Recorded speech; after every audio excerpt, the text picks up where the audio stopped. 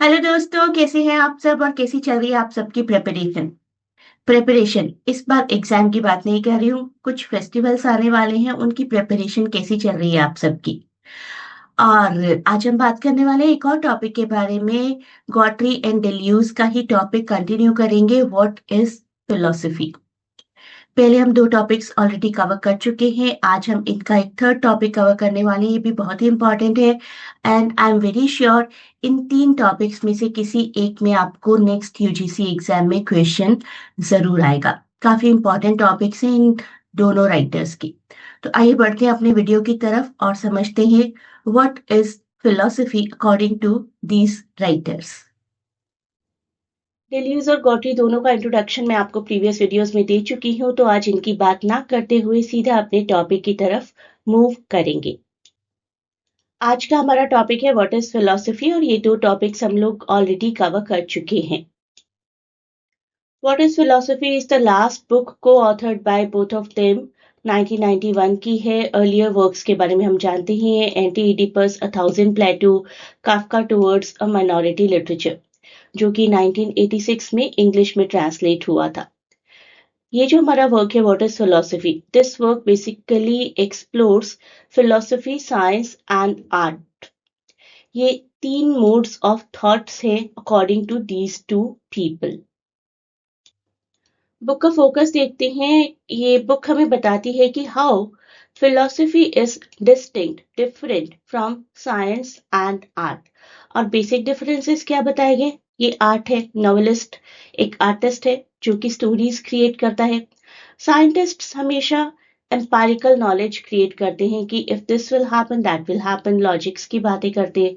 लेकिन एक फिलोसोफर जो है वो कंसेप्ट क्रिएट करता है। कैसे, वो हम जानेंगे अभी।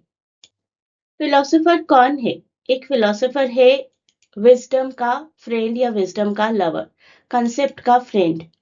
पोटेंशियलिटी ऑफ द कंसेप्ट इसी बुक के पेज 5 में उन्होंने बात की है, और फिलोसफी का एम बताया है define itself and set it's boundaries. Philosophy किसी भी कंसेप्ट को डिफाइन करती है और उस कंसेप्ट की बाउंड्रीज को सेट करती है। एंड दे से कि फिलोसफी रिफ्लेक्शन नहीं है। कुछ लोग कहते हैं ना, philosophy is the reflex of some ideas. No, one does not need philosophy to reflect on something. Reducing philosophy to the art of reflection strips of strips it of its essence। कि philosophy कुछ ना कुछ दर्शाती ही है, ऐसा नहीं है। Philosophy एक नया कंसेप्ट दे सकती है आपको। Mathematicians, artists and scientists reflect within their own fields without needing philosophers. जो भी मैथमेटिशियन है, जो भी कोई आर्टिस्ट है, जो भी कोई साइंटिस्ट है, वो किसी एग्जिस्टिंग आइडिया को हमेशा रिफ्लेक्ट करते हैं। लेकिन एक फिलोसफर एक नया आइडिया क्रिएट करता है, कर सकता है। पहले तीनों की सिमिलैरिटीज देखते हैं, फिर डिफरेंस और अच्छे से समझ पाएंगे। तीनों में ही कहीं ना कोई न्यूनेस तो है।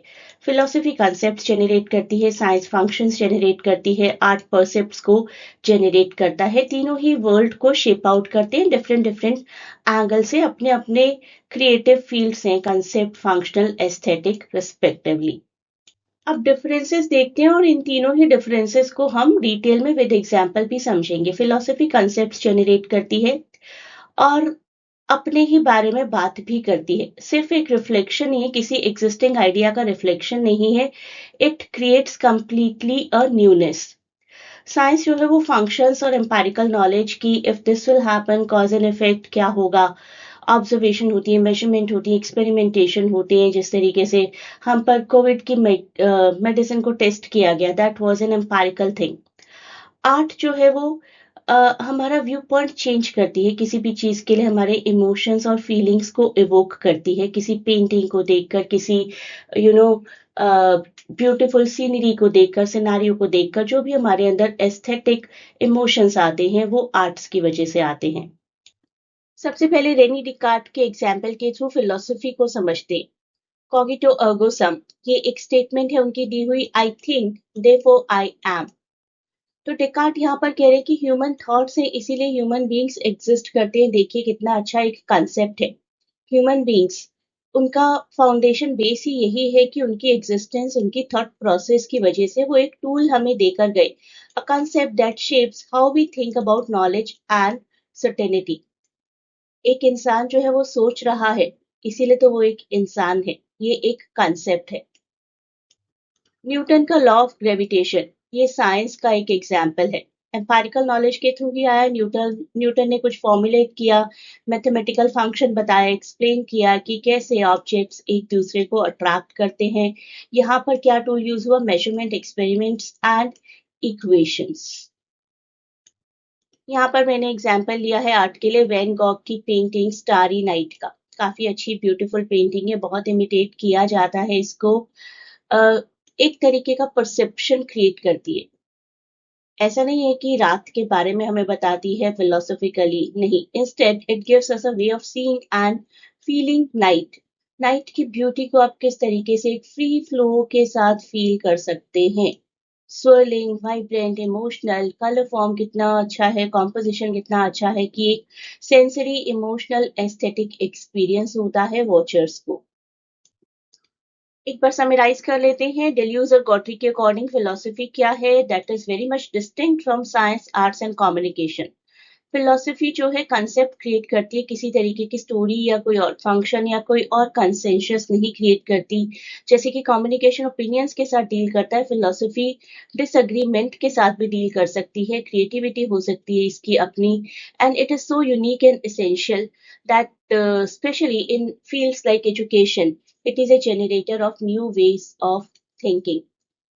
फिलोसफी है तभी नए नए नए आइडियाज हमें आते रहते हैं, और हमारे आसपास की चीजों में, इवन हमारे एजुकेशन सिस्टम में जो एनईपी से रिलेटेड चेंजेस आते रहते हैं, that is because of philosophy.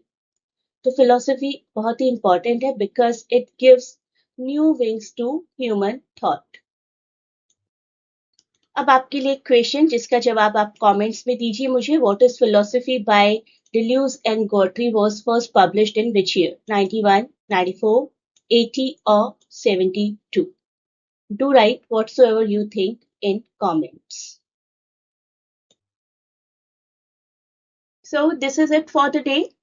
You may join the classes. Live classes में आपको और ज्यादा एक्सपोजर मिलता है, पीडीएफ प्रोवाइड की जाती है, एमसीक्यू सेशंस होते हैं time to time, even of class भी आपके एमसीक्यू सेशंस में कंडक्ट कर देती हूँ।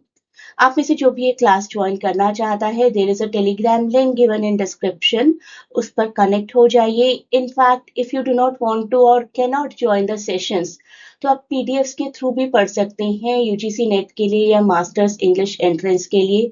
पीडीएफ पैकेज आपको किस तरीके से मिलेगा वो भी आपको उसी टेलीग्राम लिंक के थ्रू पता चलेगा। तो you can choose any of the option. आप क्लासेस ज्वाइन कर सकते हैं मेरी, या फिर आप पीडीएफ्स के लिए ऑप्ट कर सकते हैं। क्लासेस ज्वाइन करना ऑलवेज इज मोर बेनिफिशियल, क्योंकि वहां पर आपको डिस्कशंस के थ्रू सब कुछ याद रह जाता है। बट अगेन, अगर आपके पास टाइम की थोड़ी कमी है, अपने टाइम के अकॉर्डिंग करना चाहते हैं सब कुछ, go for the PDF package.